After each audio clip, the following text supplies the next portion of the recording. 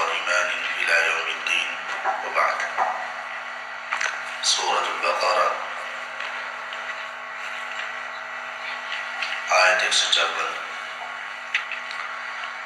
أعوذ بالله من الشيطان الرجيم ولا تقولوا لمن يقتل في سبيل الله أموات.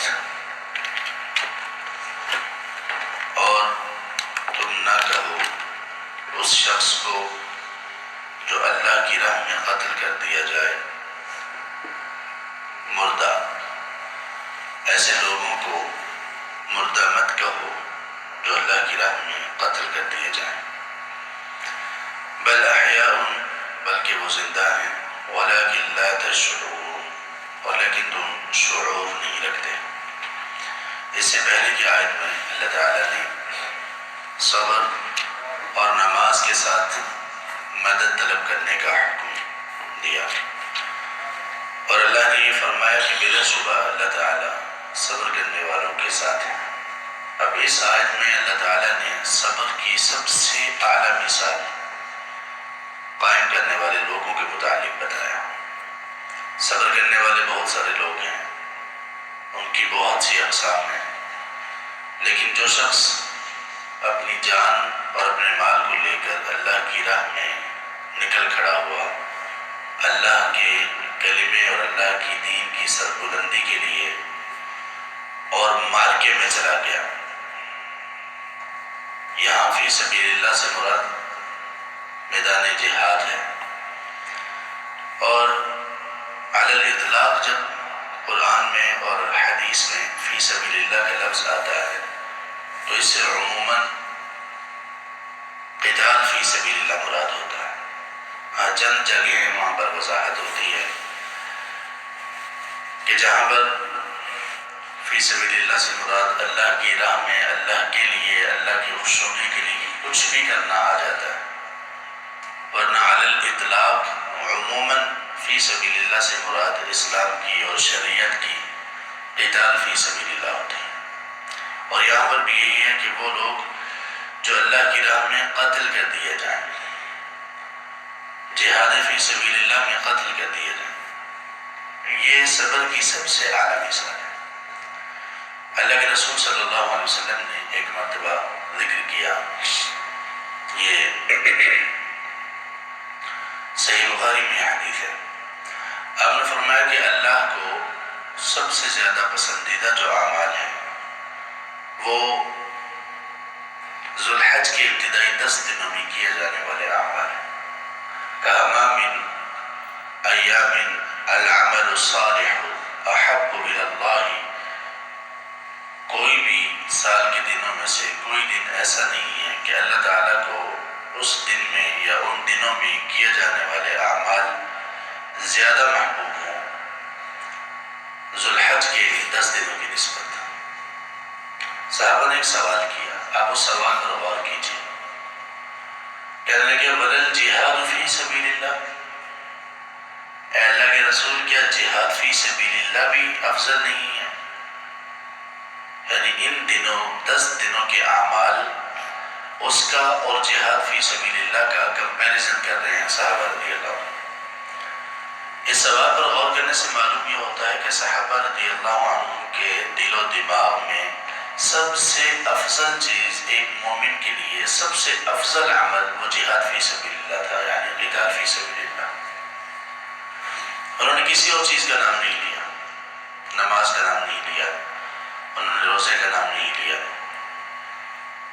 اگرچہ نماز عمومی طور پر سب سے افضل، سب سے بڑی چیز ہے، سب سے بڑا فریضہ ہے، لیکن ظاہر ہے کہ جب بندہ جہاد کے لیے نکلے گا تو یہ تو نہیں ہو سکتا کہ وہ بے نماز ہو. بے نماز ہوا تو اس کا تو جہاد قبول ہی نہیں. تو انہوں نے کہا کہ اے اللہ کے رسول کیا جہاد فی سبیل اللہ بھی ان 10 دنوں میں کیے جانے والے اعمال کا مقابلہ نہیں کرتا؟ کہا ولل جہاد فی سبیل اللہ، کہا نہیں جہاد فی سبیل اللہ بھی مقابلہ نہیں کر سکتا، الا ہاں ایک صورت ہے کہ ایک شخص اپنے گھر سے نکلا اپنا مال لے کر اور اپنی جان لے کر اللہ کی راہ میں گیا، جہاد فی سبیل اللہ میں گیا، مارکے میں گیا، دشمن کے سامنے صف آ رہا اور نہ ہی واپس اس کا کوئی مال آیا، نہ ہی واپس اس کی جان آئی.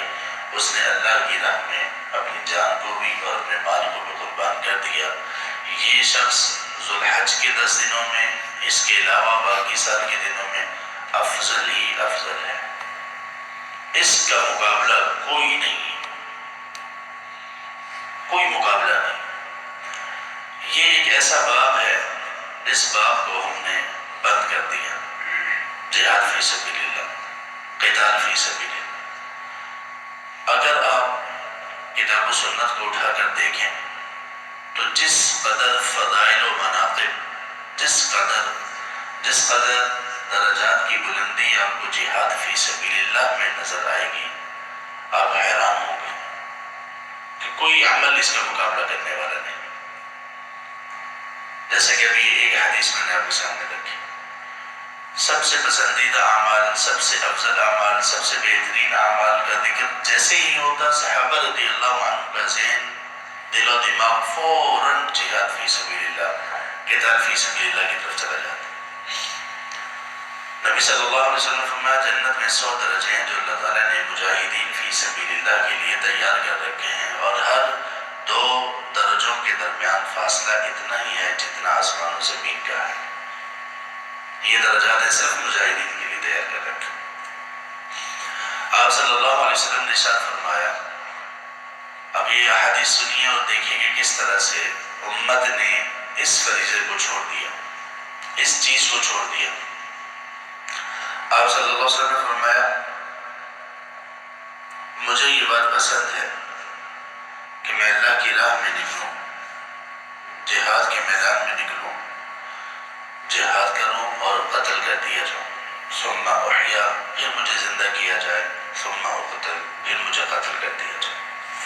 پھر میں زندہ کیا جاؤں، پھر مجھے شہید کر دیا جائے. ایک حدیث میں یہ 3 مرتبہ آپ نے اس خواہش کا اظہار کیا، اور ایک حدیث میں آپ نے 10 مرتبہ اس کا اظہار کیا. اور آخر میں کیا کہا کہ مجھے زندگی بار بار ملتی رہے اور میں اللہ کی راہ میں قتل ہوتا رہوں، شہید ہوتا رہوں، اور آخری مرتبہ بھی کیا ہو، زندگی نہ ہو، شہادت ہو. صحیح مسلم میں آپ صلی اللہ علیہ وسلم نے فرمایا من لم یغزو ولم یحدث به نفسہ، جس شخص نے نہ ہی کوئی جنگ لڑی، نہ ہی اس کے لیے اپنے دل میں کوئی خواہش پیدا کی. یہ بڑی سخت حدیث ہے، بڑا سخت امتحان ہے ہم سب کا، سب مسلمان. من لم یغزو، اور اس میں الفاظ بھی نبی صلی اللہ علیہ وسلم کے وہ ہیں جس کے بارے میں بندہ تعویل نہیں کر سکتا. بندہ یہ نہیں کہہ سکتا کہ اس سے مراد یہ بھی ہو سکتا ہے، وہ بھی ہو سکتا ہے، جیسے جہاد کے بارے میں کیا جا سکتا ہے. کہا من لم یغزو، جس شخص نے کوئی جنگ نہیں لڑی، ولم یحدث به نفسہ، اور نہ ہی اس نے اپنے دل میں اس چیز کا خیال پیدا کیا، خواہش پیدا کی، مات علی شعبۃ من النفاق، اگر وہ ایسے ہی فوت ہو گیا تو وہ منافقت کی ایک قسم پر فوت ہوگا. اس کی موت نفاق کی ایک قسم پر ہوگی. اور قرآن میں منافقین اور مکی مومنین میں جو فرق بیان کیے گئے ان میں ایک نمایاں فرق جہاد فی سبیل اللہ کا بھی فرق ہے. یہ جہاد سے پیچھے رہتے تھے، بہانے بناتے تھے، تیاری نہیں کرتے تھے، ٹریننگ نہیں کرتے تھے. سورہ توبہ میں تو اللہ تعالیٰ نے، سورہ توبہ کا کیا موضوع ہے، اس کو سورہ قتال بھی کہتے ہیں. سورۃ الجہاد، انفال اور توبہ کا کیا موضوع، یہی موضوع ہے. اور اس موضوع میں جہاں جہاں جہاد کی بات ہوگی وہاں وہاں قرآن میں منافقین کو ایکسپوز کیا جائے گا. وَلَوْ أَرَادُوا الْخُرُوجَ لَأَعَدُّوا لَهُ عَدًّا، اللہ نے فرمایا کہ یہ لوگ جہاد کے لیے نکلے نہیں، انہوں نے قسمیں کہیں کہ ہم ارادہ رکھتے تھے. اللہ نے فرمایا اگر ان کا ارادہ ہوتا تو اس کے لیے ٹریننگ تیاری تو کرتے.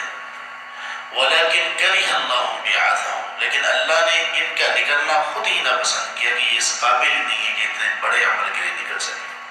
فَثَبَّتَهُمْ، اللہ نے ان کو زمین کے ساتھ ہی چپکا دیا، بہانے کرتے رہے.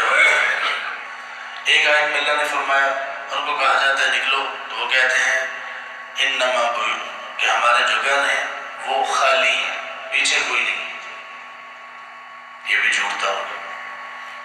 کچھ منافقین نے یہ کہا غزوہ تبوک کے موقع پر کہ ہم اتنی دور نہیں، ہم نہیں جا سکتے آپ کے ساتھ، اس لیے کہ جو رومنس ہیں ان کی خواتین بڑی خوبصورت ہوتی ہیں، تو ہم کہیں فتنے میں مبتلا نہ ہو جائیں۔ اللہ نے کہا الا فی الفتنۃ سقطوا، یہ پہلے سے ہی فتنے میں گر چکے ہیں، وہ فتنہ یہ ہے کہ جہاد سے پیچھے رہنے کے بہانے بنا رہے ہیں۔ تو آپ حیران ہوں گے کہ یہ وہ چیپٹر ہے جس کو لوگوں نے اس کی طرف آئے نہیں۔ دو قسم کے لوگوں نے جہاد فی سبیل اللہ کے ساتھ زیادتی کی۔ ایک تو وہ لوگ جو اس طرف نہ آئے، نہ نکلے، نہ خواہش پیدا کی، نہ اس پر بات کی، نہ گفتگو کی۔ دوسرے وہ لوگ ہیں جنہوں نے اس جہاد فی سبیل اللہ کو بدنام کر دیا، اور یہ زیادہ بدترین لوگ ہیں، خوارج ٹائپ، تکفیری ٹائپ۔ انہوں نے کہا کہ بس لڑو لڑو، مارو مارو، قتل کرو، فلاں بھی کافر، حکومت بھی کافر، فوج بھی کافر، فلاں بھی کافر، وہاں پھٹو، وہاں مارو، وہاں قتل کرو، یہی جہاد ہے، یہی سب کچھ ہے۔ ان بدترین لوگوں نے بھی اس اللہ کے حکم کو بدنام کر کے رکھ دیا۔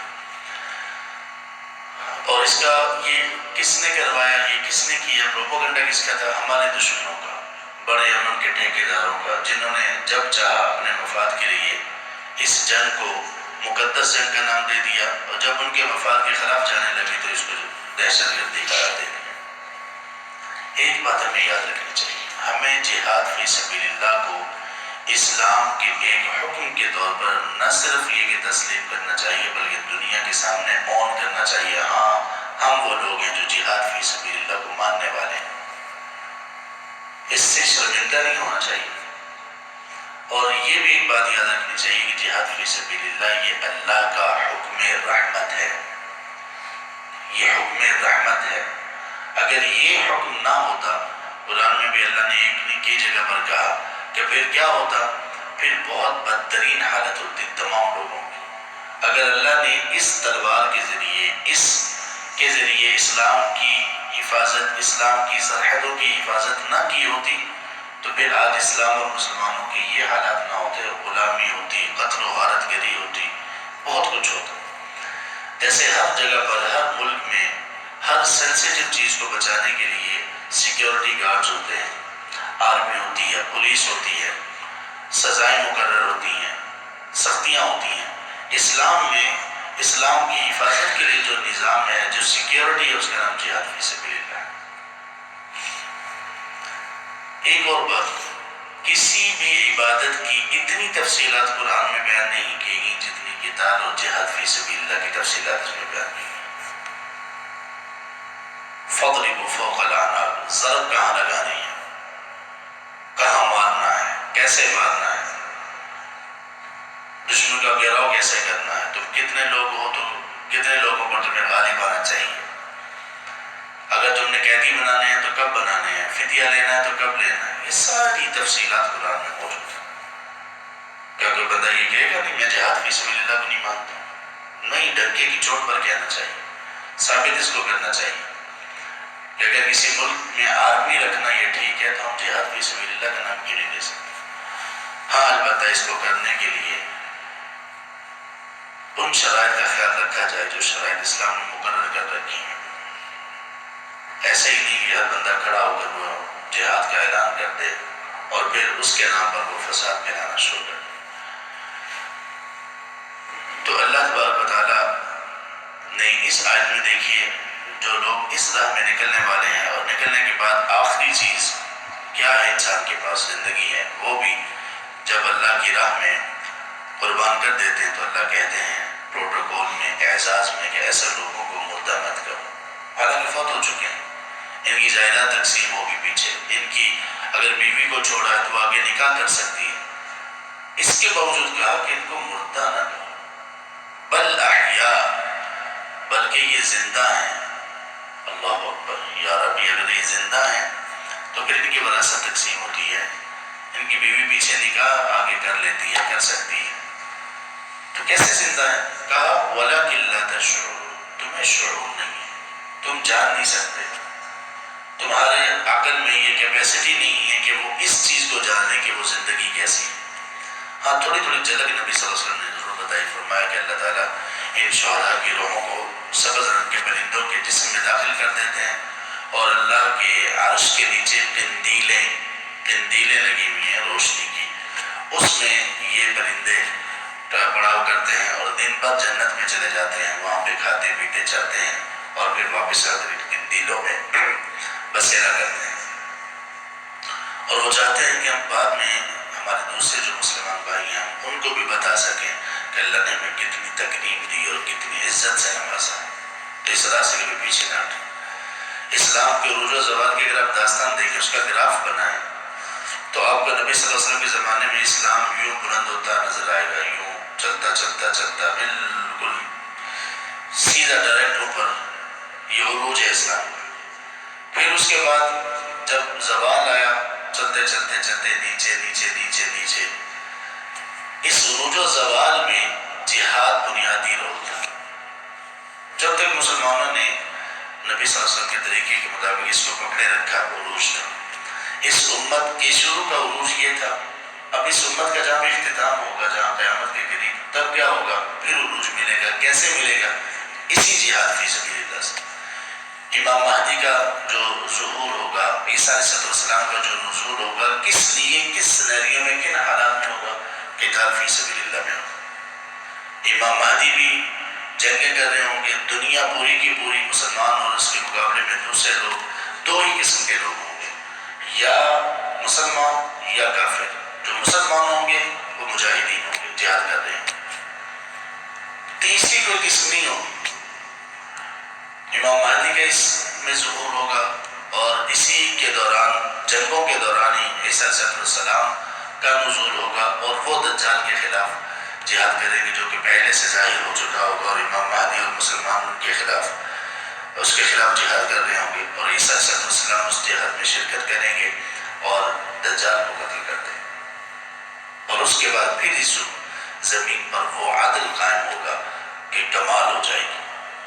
دیکھیں یہ کس طرح سے عروج امت کا شروع کا، پھر اس کے بعد زوال کے دن جو ابھی بھی چل رہے ہیں، اور پھر جو عروج ملے